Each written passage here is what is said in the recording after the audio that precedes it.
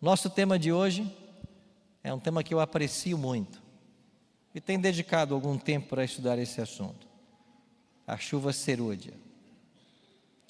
Quando eu me batizei nessa igreja com 13 anos de idade, eu fui convidado a participar de um culto que acontecia todo sábado às 7 da manhã.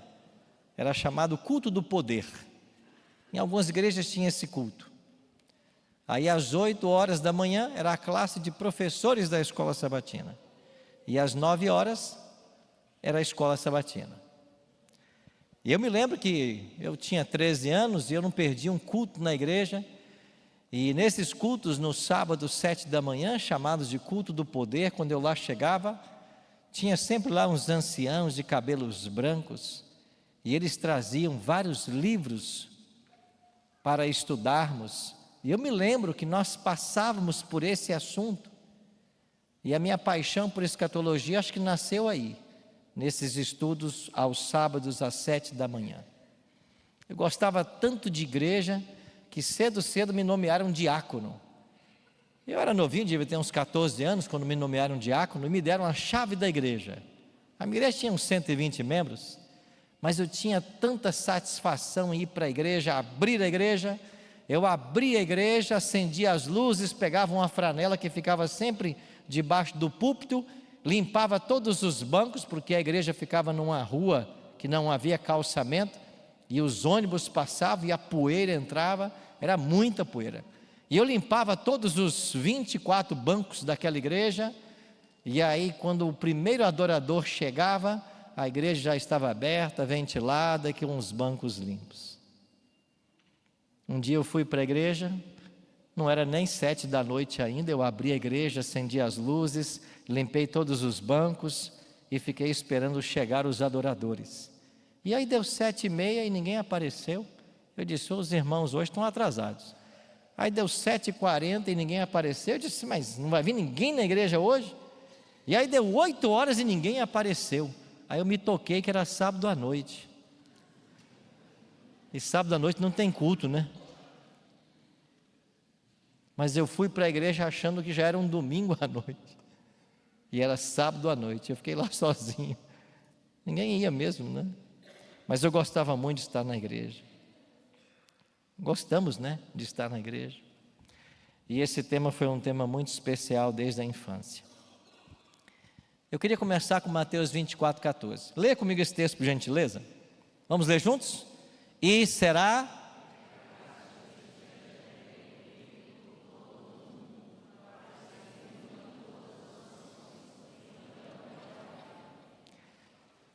Jesus deu muitos sinais em Mateus 24 e Lucas 21.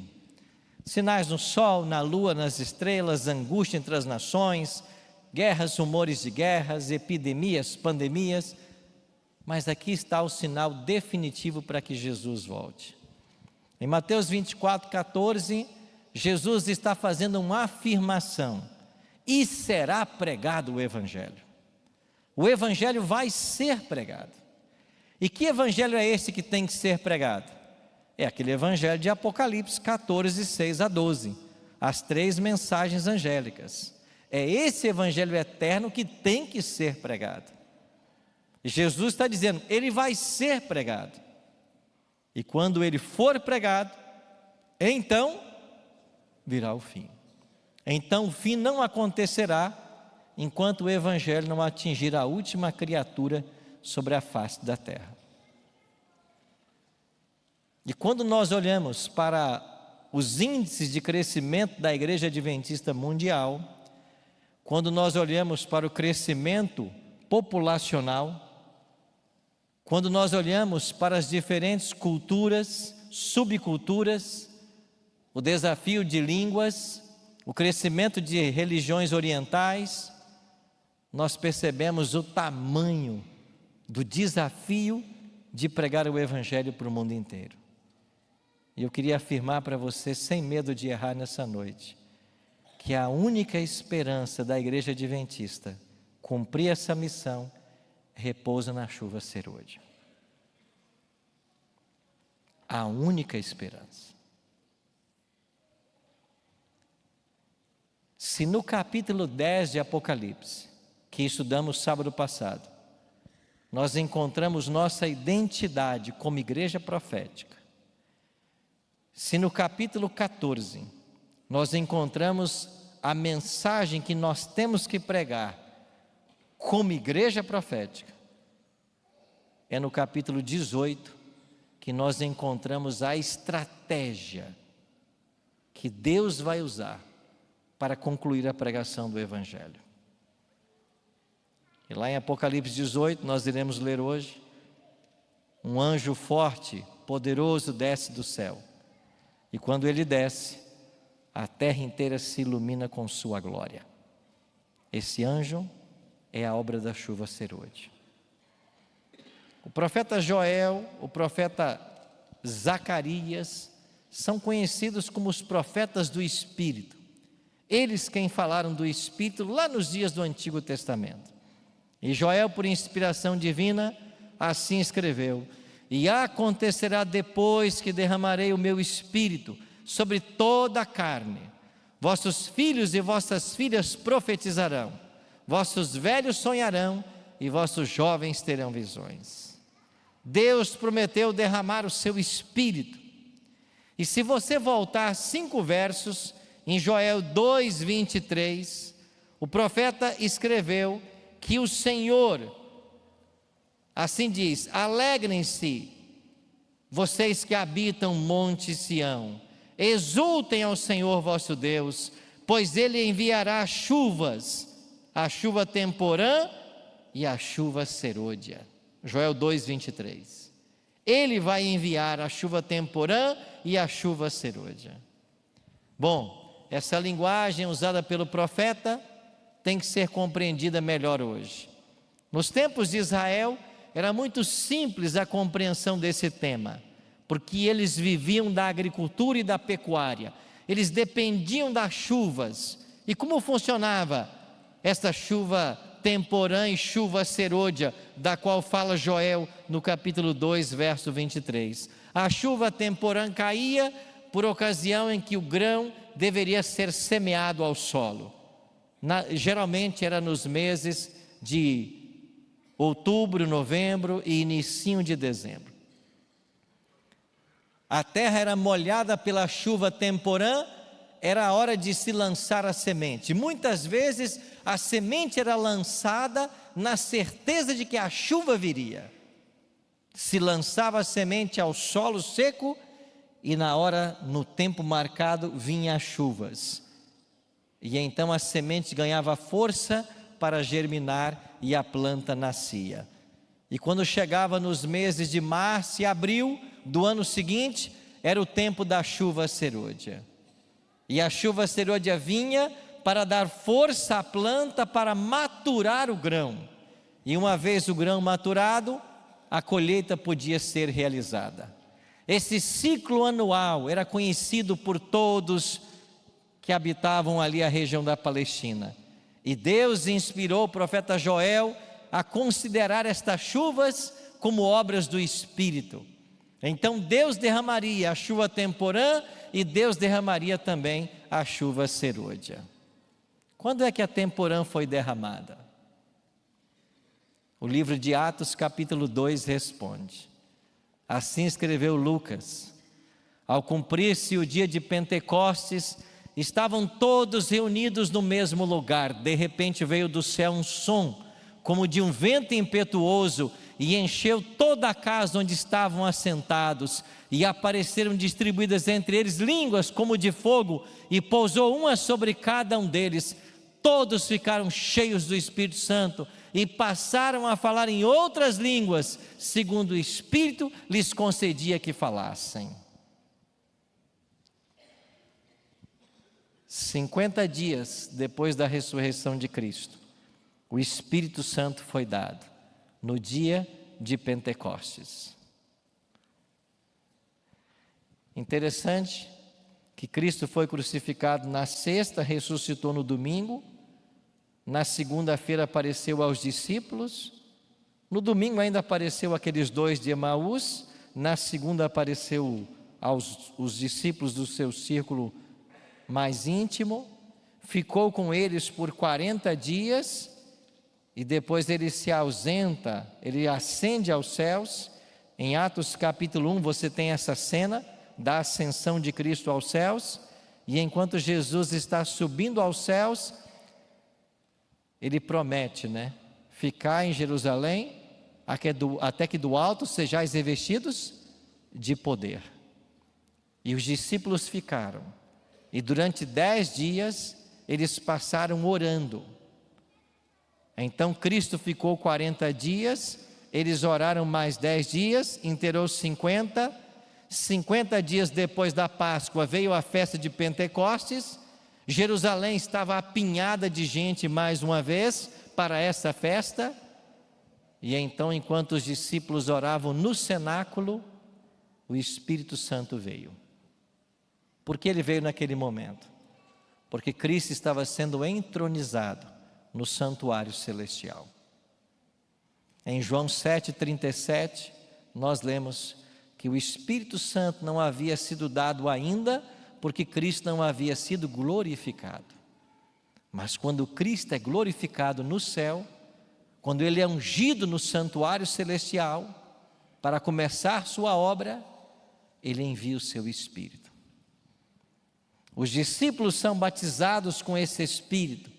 Eles também recebem dons espirituais. Eles já haviam recebido antes dons espirituais, mas agora eles recebem um dom que antes não tinha, o dom de línguas. E eles começaram a pregar, cada um no idioma das nações que ali estavam. Dom de línguas na Bíblia é a capacidade sobrenatural que Deus dá ao crente de falar uma língua com a qual ele nunca teve contato antes. Não é essa balbúrdia que se prega por aí, onde ninguém entende nada. Não. Dom de línguas é a habilidade que Deus dá a uma pessoa que nunca estudou francês, de falar o francês com finalidade de evangelizar. Então os discípulos receberam o Espírito Santo e começaram a pregar na língua das nações que ali estavam. Partos, medos, elamitas, naturais da Capadócia, Ásia, Ponto, Frígia, Panfilha, cada um falando sua língua, e os discípulos começaram a falar a língua deles. Tanto é que eles disseram assim: não são esses galileus que aí estão falando? Como os ouvimos falar cada um em nossa própria língua materna? Então não se esqueça, dom de línguas é a capacidade de falar uma língua materna de alguma nação que você nunca teve contato. E quem decide isso é o Espírito Santo. Foi Ele quem distribuiu. E quando os discípulos começaram a pregar, alguns achavam que eles estavam embriagados. E o apóstolo Pedro se levanta e diz assim: esses homens não estão embriagados como vindes pensando, sendo esta a 3ª hora do dia. Que hora no nosso relógio é a 3ª hora dos judeus? 9 da manhã. Pedro disse assim: esses homens não estão bêbados como vocês estão pensando, são 9 horas da manhã. Quem é que está bêbado uma hora dessa, Fica bêbado à noite. Eles não estão bêbados. Você já leu esse texto? Mas sabe o que me chama a atenção dele? É que Pedro dá a hora. São 9 da manhã. Os discípulos receberam o Espírito Santo às 9 da manhã, de um domingo. E por que receberam às 9 da manhã?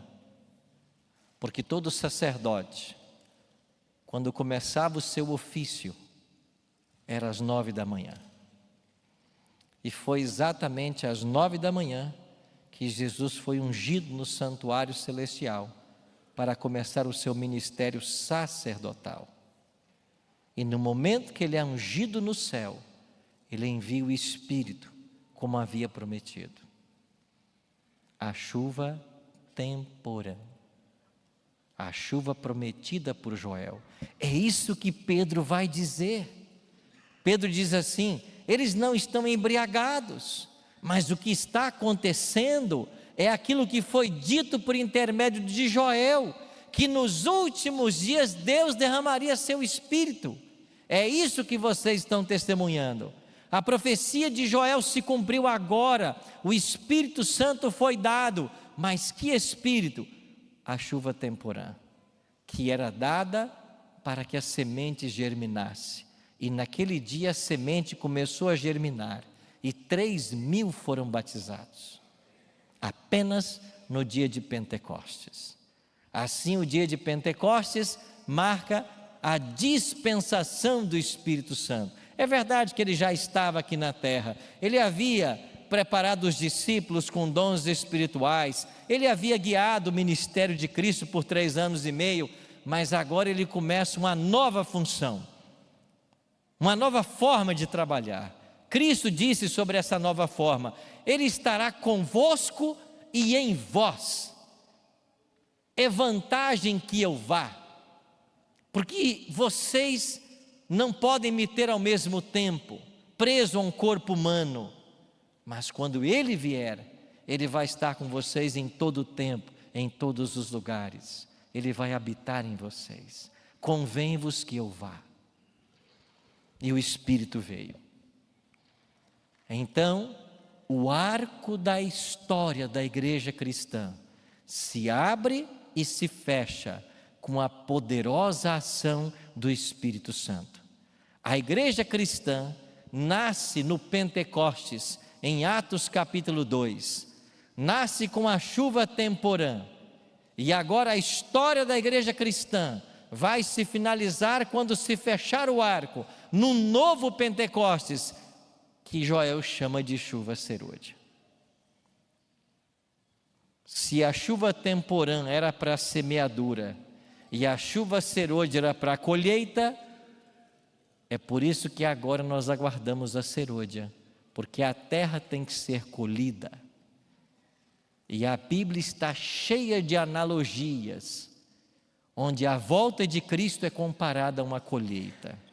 Foi o próprio Jesus quem falou do trigo e do joio, que eles deveriam crescer juntos até o tempo da ceifa. E na volta de Cristo, Ele vai separar o trigo do joio. Linguagens da agricultura. Então nós aguardamos agora um novo Pentecostes, ou seja, uma grande tempestade se aproxima, chuvas do Espírito. E eu repito o que eu disse no início: a única esperança da igreja adventista concluir a missão de Mateus 24:14, condição para a volta de Cristo, repousa na obra da chuva serôdia. Cristo prometeu: mas recebereis poder ao descer sobre vós, e sereis minhas testemunhas, tanto em Jerusalém, em toda a Judéia e Samaria, e até os confins da terra. Nós receberemos o Espírito para sermos testemunhas, assim como foram os discípulos a partir do Pentecostes. E aqui nós chegamos ao texto mais claro do Novo Testamento sobre a obra da chuva serôdia. Depois dessas coisas, vi descer do céu outro anjo, que tinha grande autoridade, e a terra se iluminou com sua glória. Esse anjo, ele representa o movimento da chuva serôdia. O que será esse movimento da chuva serôdia?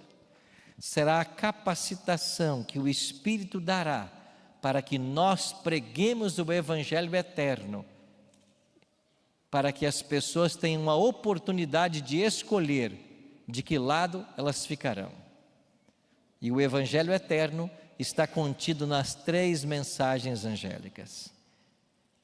E eu disse que as 3 mensagens estão em Apocalipse 14, 6 a 12. Você já leu essas mensagens? O primeiro anjo diz: temei a Deus, dá-lhe glória, pois chegada a hora do seu juízo, adorai aquele que fez os céus, a terra, o mar e as fontes das águas. Ou seja, o primeiro anjo anuncia 2 doutrinas. O juízo já começou, e a norma do juízo é a lei, e dentro da lei o sábado. É a mensagem do primeiro anjo.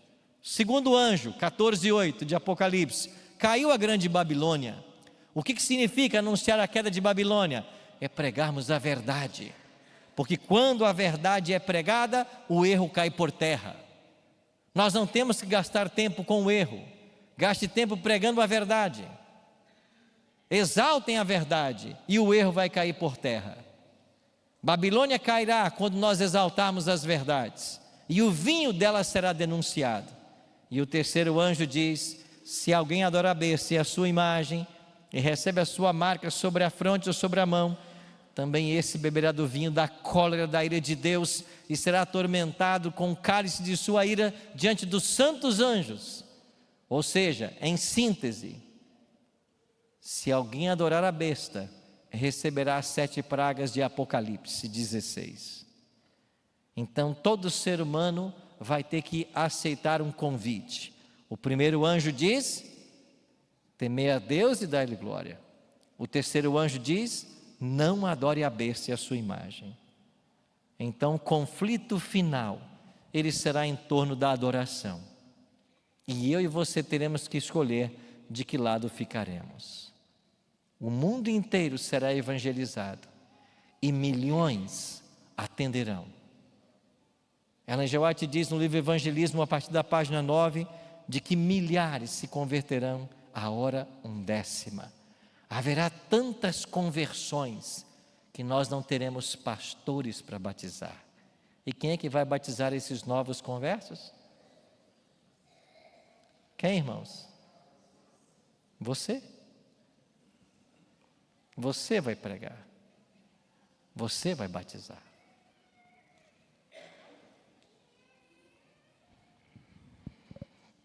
E quando chegar esse momento em que Deus derramar a chuva serôdia, capacitar seu povo a pregar as 3 mensagens, chegará então a época da colheita. E no mesmo capítulo 14 de Apocalipse, assim que termina a pregação das 3 mensagens, João tem uma nova visão. E João viu assim: olhei e eis uma nuvem branca, e sentado sobre a nuvem, um semelhante a filho do homem, tendo na cabeça uma coroa, e na mão ele tem o quê? Uma foice afiada. Quem é esse que está nas nuvens? É Jesus, o filho do homem. Outro anjo sai do santuário gritando em grande voz para aquele que se achava sentado sobre a nuvem: toma a tua foice e faz o quê? Ceifa, pois chegou a hora de ceifar, visto que a seara da terra já amadureceu. Por que a terra amadureceu? Por que a seara está pronta para a colheita? Porque veio a segunda chuva, porque veio a chuva serôdia.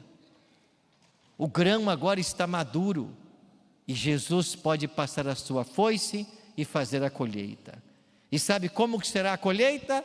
Jesus vai reunir o trigo para o celeiro, que é o céu, e vai reunir o joio para ser queimado, que é o fogo eterno.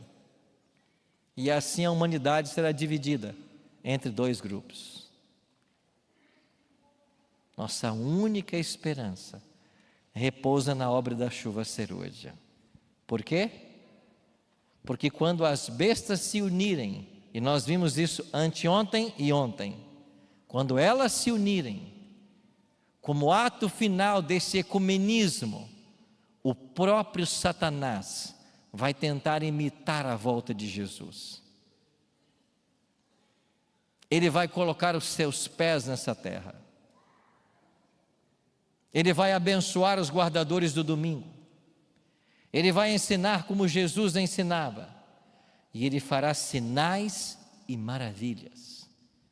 E as multidões se dobrarão diante desse falso Cristo.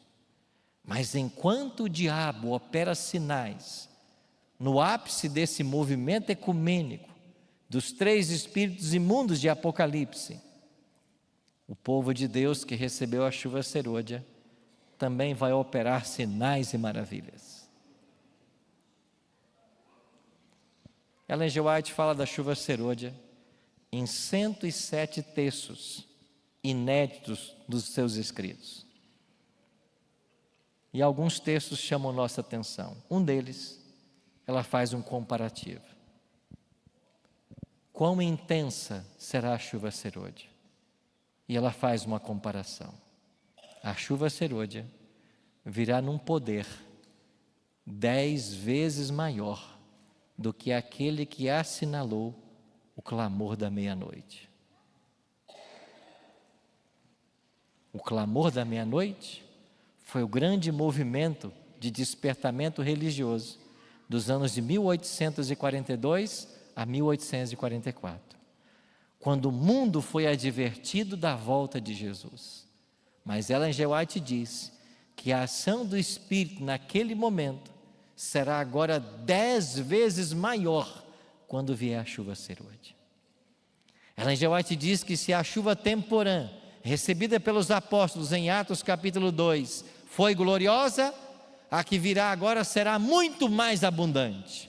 Mais abundante, mais poder do que os discípulos receberam.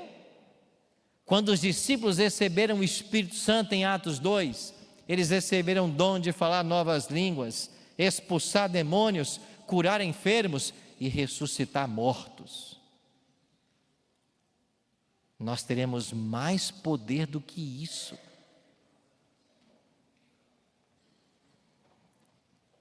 Você está pronto para receber esse poder? Pregar em outras línguas? Curar os enfermos? Expulsar demônios? Ressuscitar mortos? Pois nós receberemos poder para isso. Nós receberemos. Todo aquele que se preparar vai receber. E Ellen G. White tem um outro texto que me chama muita atenção, onde ela diz assim: se a nossa única esperança repousa no Espírito Santo, na chuva serôdia, por que não falamos mais sobre Ele? Por que não estudamos mais sobre Ele? Por que não mais oramos sobre Ele? E muitas vezes desconhecemos tanto o Espírito, como aqueles discípulos de Atos 19. Quando Paulo pergunta: vocês receberam o Espírito Santo quando foram batizados? A resposta dos discípulos foi: nós nem mesmo ouvimos que existe Espírito Santo. E se por um lado há um completo desconhecimento do Espírito Santo e sua obra, aqui e acolá se insurgem dentro da própria igreja movimentos condenando o Espírito Santo, pregando contra o Espírito Santo, descrendo de sua personalidade, descrendo de sua divindade. Não se engane, esses movimentos são de origens satânicas, porque a única esperança nossa repousa em termos o Espírito e sermos por Ele usados. Mas o diabo está trazendo para a mente de alguns a ideia de que o Espírito Santo não é Deus, de que Ele não tem uma personalidade, de que Ele é uma criação do Pai em algum momento da eternidade. Enganos satânicos.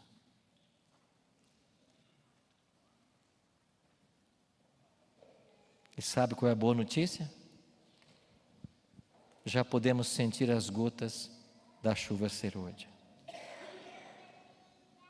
O Espírito tem pressa. E Ele tem atuado para que as pessoas conheçam a verdade. Sabe por quê? Porque a palavra de Deus diz que quando Ele vier, muitos se converterão. Quais as condições que eu preciso preencher para receber essa chuva? Eu vou mencionar apenas 3 delas. Primeiro, você tem que orar pelo Espírito.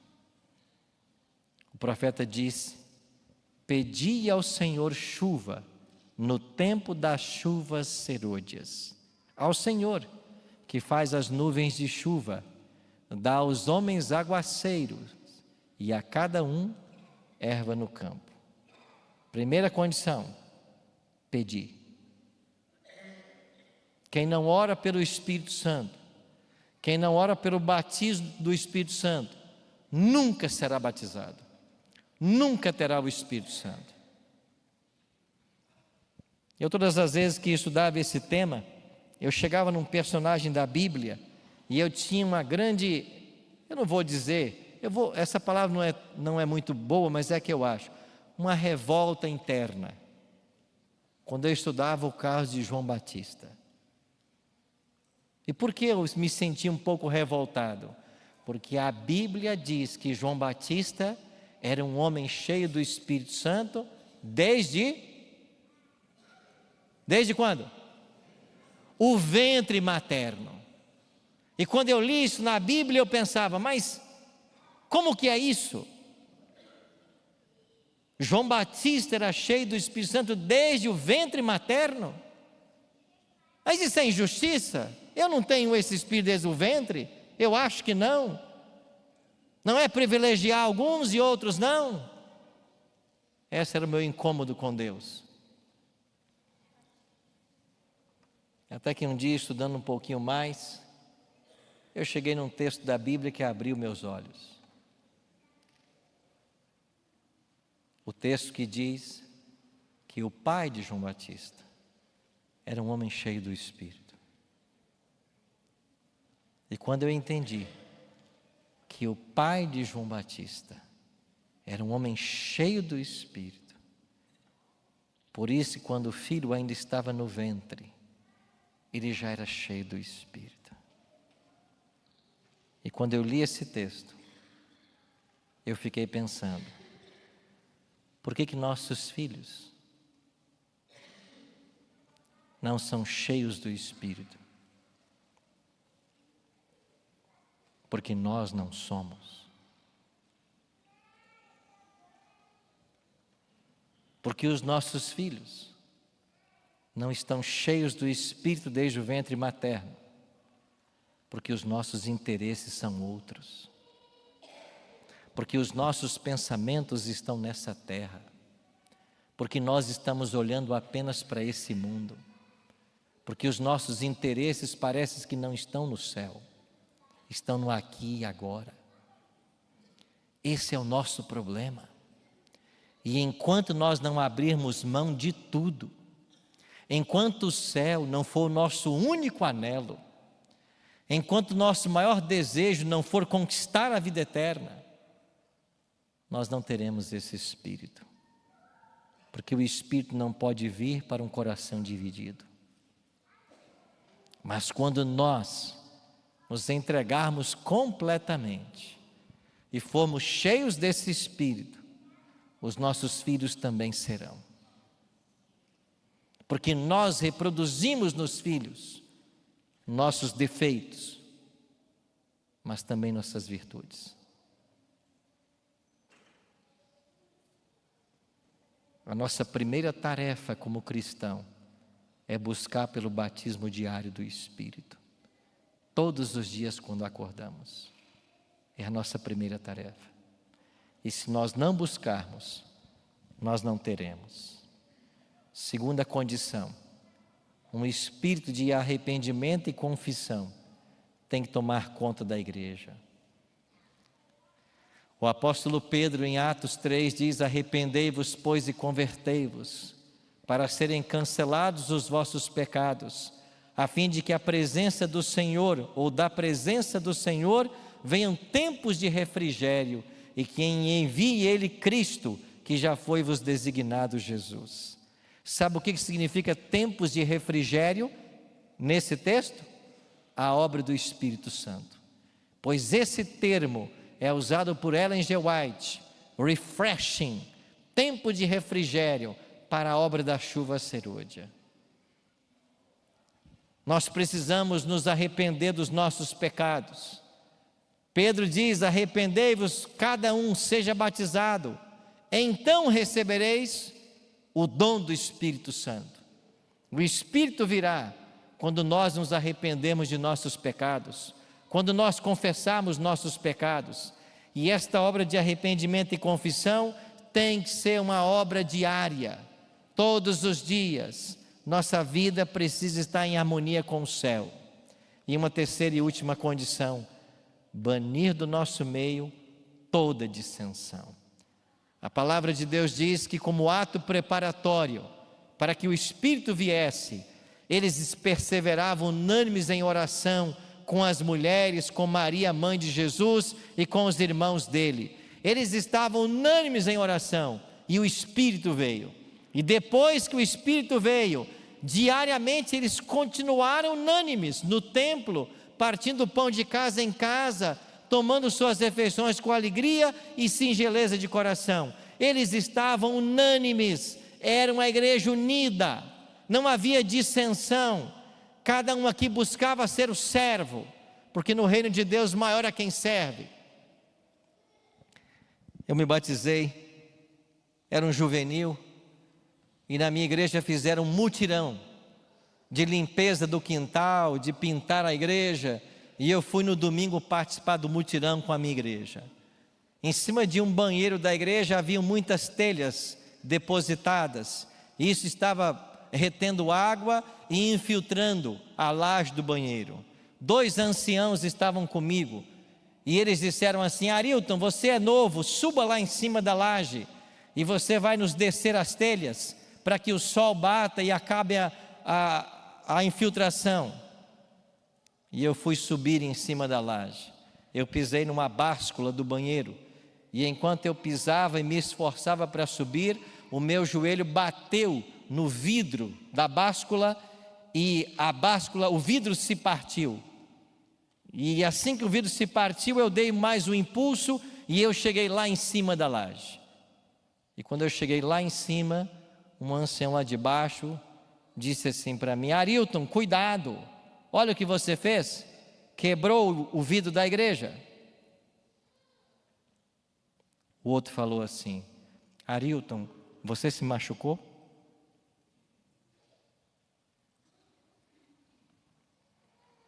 Naquele dia, eu descobri que dentro dessa igreja, você vai lidar sempre com 2 tipos de pessoas. Pessoas que se interessam pela instituição, pelas aparências, pelos cargos, pela forma, e não estão nem aí para as pessoas. Mas você também tem gente que se interessa pelas pessoas, que entendem que o bem mais precioso que essa igreja tem são as pessoas, são os membros, e não seus patrimônios, não seus cargos, não suas posições. Eu já vi muito ancião brigar pelo poder, mas eu já vi muito ancião totalmente consagrado a Deus, que não importava se o nome dele estava na lista ou não, eles continuavam sendo as mesmas pessoas, os mesmos líderes. Os maiores cristãos que eu conheci em 30 anos de ministério, muitos deles foram os meus diáconos. Pessoas simples, mas que eram os primeiros a chegar na igreja e os últimos a saírem, todos os cultos. E eu me lembro que numa época do meu ministério, eu tinha um diácono, chefe de diáconos, chamado Pio. E algumas vezes, depois de pregar na minha igreja, num culto à noite, eu ajudava ele a fechar a igreja, e ficávamos ali conversando, depois que todos iam embora, e aí tínhamos que fechar todas as janelas, apagar as luzes, recolher microfones, e eu algumas vezes fiz esse trabalho com ele. E depois dizia: Pio, a igreja não pode pagar o trabalho que você faz, mas ele é muito importante para nós. Obrigado por sua dedicação. Sabe quando o Espírito vai vir? Quando a chuva serôdia vai vir? Quando esse Espírito tomar o nosso coração, e a gente entender que a gente está aqui é para servir, para amar as pessoas, para ajudar. Pai, alguns de teus filhos e filhas estão aqui diante do teu altar nessa noite, porque eles têm no coração desejo de terem um alívio, o perdão, o alento do céu, para continuarem sua caminhada. Talvez foram magoados por alguém nesta igreja, talvez se sintam injustiçados, mas que o coração se abra nessa noite para que o perdão seja oferecido e para que nós tenhamos condições de, perdoados, tirar do nosso meio todo atrito, toda dissensão, para abrir o caminho para que o teu Espírito atue. Aqui à frente também alguns estão, porque têm o desejo de voltar à comunhão com o Senhor. Que o Senhor possa abraçar também cada um destes e ajudá-los nessa caminhada. Que o teu bom e santo Espírito cuide de todos nós e que a cada dia Ele nos batize. E que esse batismo diário nos prepare para o grande evento da chuva serôdia. E quando ela vier, que nós estejamos prontos a ser cheios desse Espírito e concluir a obra que o Senhor nos confiou. Prepara, Senhor Deus, a tua igreja. Unja-nos com o teu bom e santo Espírito e nos ajude nessa extraordinária tarefa de concluirmos tua obra nessa terra. É a nossa oração, em nome de Jesus. Amém.